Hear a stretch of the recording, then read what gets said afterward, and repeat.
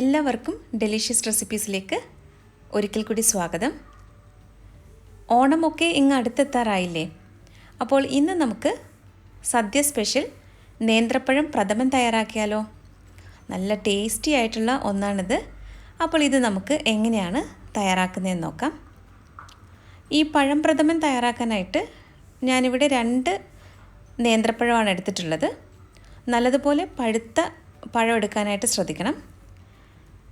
ഇതിപ്പോൾ ചെറുതായിട്ടൊന്ന് കട്ട് ചെയ്ത് ഒരു കടായിലേക്ക് മാറ്റിയിട്ടുണ്ട്. ഇതിലേക്ക് കുറച്ച് വെള്ളം ഒഴിച്ച് ഒന്ന് വേവിച്ചെടുക്കണം. 3/4 കപ്പ് വെള്ളമാണ് ഞാൻ ഒഴിച്ചത്. ഇനി ഇത് നമുക്കൊന്ന് അടച്ചു വെച്ചിട്ട് വേവിച്ചെടുക്കണം. നല്ല പഴുത്ത നേന്ത്രപ്പഴം തന്നെ എടുക്കാനായിട്ട് പ്രത്യേകം ശ്രദ്ധിക്കണം. ഇതിപ്പോൾ പാകത്തിന് വെന്ത് വന്നിട്ടുണ്ട്.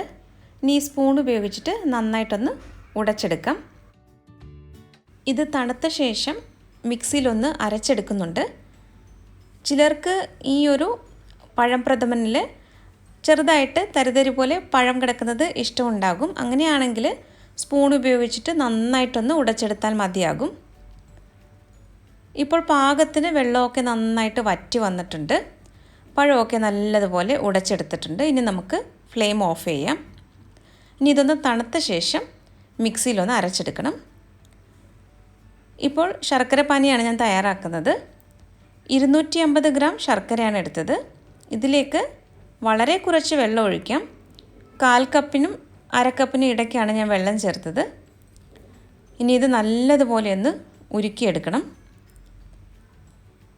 ഇപ്പോൾ ശർക്കര പാനി റെഡി ആയിട്ടുണ്ട്. ഇത് അരിച്ചെടുത്തിട്ടാണ് പായസത്തിൽ ചേർക്കുന്നത്.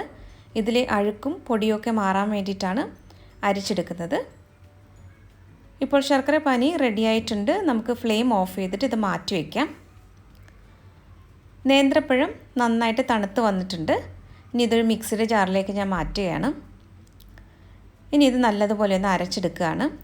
അപ്പോൾ തരിതരിയായിട്ട് വേണമെന്നുണ്ടെങ്കിൽ കൂടുതലായിട്ട് അരയ്ക്കേണ്ട ആവശ്യമില്ല.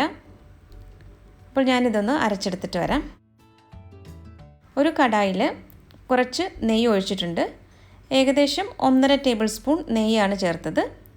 ഇനി ഇതിലേക്ക് നമുക്ക് അരച്ചു വെച്ചിരിക്കുന്ന നേന്ത്രപ്പഴം കൂടെ ചേർത്തിട്ട് നന്നായിട്ടൊന്ന് യോജിപ്പിച്ചെടുക്കണം. നെയ്യും നേന്ത്രപ്പഴവുമായിട്ട് നല്ലതുപോലെ ഒന്ന് യോജിച്ച് വന്ന ശേഷമാണ് ഇതിലേക്ക് ശർക്കരപ്പാനി ഒഴിച്ചു കൊടുക്കുന്നത്. നല്ലതുപോലെ ഒന്ന് മിക്സ് ചെയ്തെടുക്കുകയാണ്. ഇനി നമുക്കിതിലേക്ക് ശർക്കരപ്പാനി ചേർത്ത് കൊടുക്കാം. ഞാനിപ്പോൾ 250 ഗ്രാം ശർക്കരയാണ് ചേർത്തിട്ടുള്ളത്.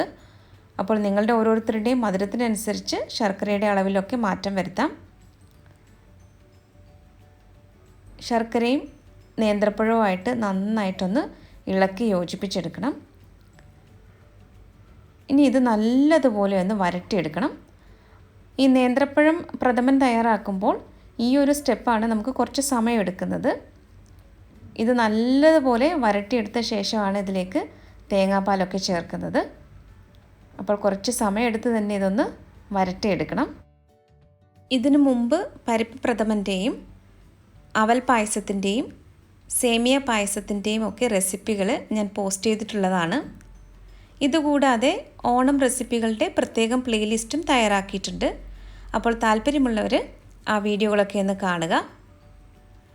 ഇതിപ്പോൾ നന്നായിട്ട് വരട്ടിയെടുത്ത ശേഷം ഇതിലേക്ക് 2ാം പാൽ ചേർക്കുകയാണ്. 1.25 കപ്പ് 2ാം പാലാണ് ഞാൻ ചേർക്കുന്നത്. ഇത് കുറച്ച് വീതം ഒഴിച്ച് നന്നായിട്ടൊന്ന് മിക്സ് ചെയ്തെടുക്കണം.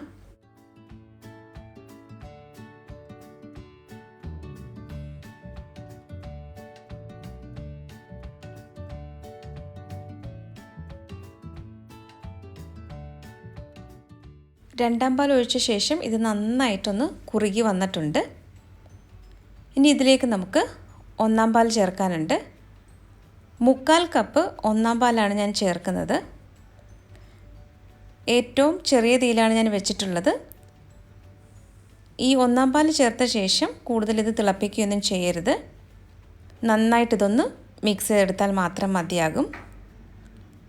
ഇനി ഇതിലേക്ക് 2 ചേരുവകൾ കൂടി ഞാൻ ചേർക്കുന്നുണ്ട്.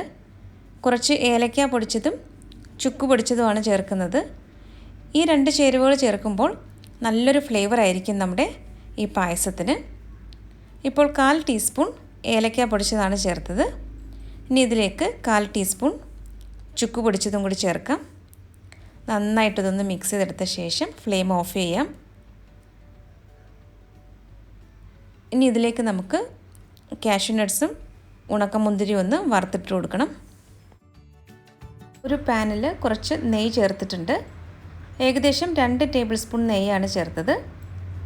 ഇതിലേക്ക് കുറച്ച് കാഷ്യൂ നട്ട്സ് ചേർത്തിട്ട് ഒന്ന് വറുത്തെടുക്കണം. ഇതിപ്പോൾ റെഡി ആയിട്ടുണ്ട്. നമുക്കിത് മാറ്റി വയ്ക്കാം. ഇനി ഇതിലേക്ക് കുറച്ച് ഉണക്കമുന്തിരിയും കൂടി ചേർത്തിട്ട് നന്നായിട്ടൊന്ന് വറുത്തെടുക്കാം. ഇനി ഇത് തയ്യാറാക്കി വെച്ചിരിക്കുന്ന പായസത്തിലേക്ക് ചേർത്ത് കൊടുക്കാം.